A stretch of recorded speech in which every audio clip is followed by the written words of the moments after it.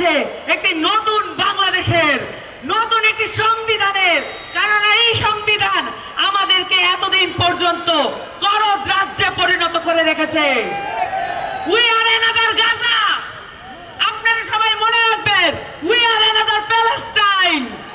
আমরা ইন্ডিয়াকে এখানে কোনো দখল করতে দেব না। দিল্লি না নাটোর, দিল্লি না নাটোর। বিচার বিচার বিচার চাই, বিচার বিচার বিচার চাই, আওয়ামী লীগের বিচার চাই।